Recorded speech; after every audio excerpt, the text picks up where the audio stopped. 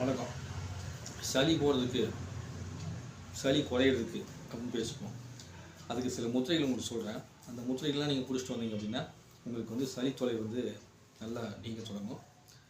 இந்த முத்திரைகள் வந்து நம்ம உடம்புக்குள்ளே இருக்கக்கூடிய உயிர் சக்தியை தூண்டிவிட்டு பஞ்சபூத சக்தி இயக்கத்தின் மூலமாக பிரபஞ்ச ஆற்றலோட நமக்கு பெரிய நன்மையை செய்யக்கூடிய விஷயத்தை செயல்படுத்துது. இதை யார் கொடுத்தாங்க அப்படின்னா முன்னோர்கள் மட்டுமில்லை, சித்தர்கள் பெருமக்கள்லாம் என்ன பண்ணிக்கிறாங்க, இந்த முத்திரையை உருவாக்கி பயன்படுத்தி நல்வாழ்வு வந்துருக்காங்க. அதை தான் நம்ம இப்போ பயன்படுத்துகிறோம். சரிங்களா? ஸோ முதல்ல வந்து சளி அதிகமாக பிடிச்சிருந்துச்சு அப்படின்னா நீங்கள் என்ன பண்ணணும், லிங்க முத்திரையை பிடிக்கணும். இப்படி இந்த 2 கை இருக்கு இல்லையா, இந்த கைகளை நீங்கள் வந்து ஒன்று சேர்த்து முழுசாக கோர்த்துக்குங்க. கோர்த்துட்டு இடது கட்டை விரலை மேலே வந்து கொண்டு வரணும். ஸோ இந்த லிங்க முத்திரையில் 2 விதமான முத்திரை சொல்லுவாங்க. வலது கட்டை விரல் மேலே வந்துச்சு அப்படின்னா வலது கட்டை மேலே வரும்போது இப்படி உள்ளே போய்க்கணும். அதாவது இப்படி உள்ளே இருந்து இடது கட்டை மேலே, அதே வலது கட்டை வரணும்னா இப்படி உள்ளே போய் இது மேலே வரணும். உங்களுக்கு ஃபுல்லாக ஹோல்டான மாதிரி இருக்கணும். சரிங்களா?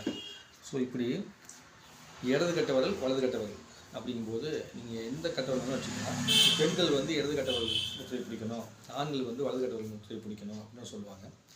என்னுடைய கணிப்பில் என்னென்னா வலது கட்டை விரல் முத்திரையை நீங்கள் வந்து வைக்கும்போது என்னாகும், நெருப்பு சக்தி அதிகமான மாதிரி இருக்கும். இடது கட்டை விரலுக்கும் போது ஓரளவுக்கு நியூட்ரலாக வந்து இருக்கும். ஏன்னா இந்த பாகம் இடது பாகம் சக்தியோட பாகம், வலது பாகங்கிறது சிவனுடைய பாகம். அதனால் இது வந்து சிவமுத்திரை, இது வந்து சக்தி முத்திரை அப்படின்னு சொல்லுவாங்க. சக்திலிங்க முத்திரை, சிவலிங்க முத்திரை. நீங்கள் இந்த கன்ஃபியூஸ்லாம் ஆக வேண்டாம். உங்களுக்கு இடது கட்டை விரல் மேலே வர மாதிரி நீங்கள் வந்து என்ன பண்ணிக்கங்க, பிடிச்சிட்டு அப்படியே உட்காந்துருக்கணும். சரிங்களா? இப்படி கட்டை விரல் நேராக இருக்கணும். என்ன பண்ணுவாங்க, சிலர் இப்படி சாய்ச்சிக்குவாங்க. இப்படி பிடிக்கிறங்கிற பேரில் சாய்ச்சி பிடிப்பீங்க, அதெல்லாம் வேஸ்ட்டு. சரிங்களா? ஸோ அதனால் வந்து நேராக வைத்து நீங்கள் என்ன பண்ணணும், லிங்க முத்திரையை பிடிக்கணும். அப்படி பிடிக்கும்போது நுரையீரலில் சளி அதிகமாக இருந்தால் ஒரு நாளைக்கு 45 நிமிடம் பிடிக்கணும். தொடர்ந்து உங்களால் 45 நிமிடம் பிடிக்க முடியல அப்படின்னா நீங்கள் கேப் விட்டு கூட பண்ணிக்கலாம். சாப்பிட்ட உடனே ஒரு 1/2 hour கேப் விட்டு செய்யலாம். சாப்பிட்றதுக்கு முன்னாடி நீங்கள் செய்யலாம். பசியோடு இருக்கும்போது செய்ய வேண்டாம். இப்போ இந்த இதை பிடிச்சி உங்களுக்கு சளி குறைஞ்சிடுது. நுரையீரலில் குறைஞ்சதுக்கப்புறமா டெய்லி 40 நிமிஷம் பிடிக்கணுமா, தேவையில்லை. 5 நிமிஷம் நீங்கள் வந்து லிங்க முத்திரை பிடிச்சிங்கன்னா போதும். உங்களுக்கு தேவையான சக்தியை உடம்புல சூடுபடுத்தி நுரையீரலில் சளிகள் தேங்காமல் பாதுகாத்து உங்கள் உயிர் சக்தியை ஆரோக்கியமாக வச்சுக்கிறதுக்கு இந்த லிங்க முத்திரை அப்படிங்கிறது பயன்படும். ரொம்ப ரொம்ப முக்கியமான ஒரு முத்திரை லிங்க முத்திரை. அதுக்கப்புறம் கொஞ்சம் நாள் கழிச்சு சளியெல்லாம் நல்லா குறைஞ்சிச்சு அப்படின்னா நீங்கள் இதை வந்து வாரத்தில் 1 நாளோ இல்லை 2 நாளோ பிடிச்சா போதும். டெய்லி பிடித்து கொண்டு இருக்க வேண்டும் அவசியம் கிடையாது.